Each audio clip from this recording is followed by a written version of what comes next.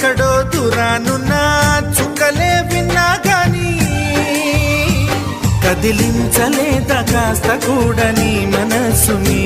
పరదాలు దాటి ఒక్కసారి పలకరించవేమి అందరినీ ఇలా వెంటపడి అడగాల సరదాగా నువ్వే ఎదురైతే సరిపోదా నిద్రపోతున్న రాత్రి నడిగా గుడికి చేరిన గువ్వల నడిగా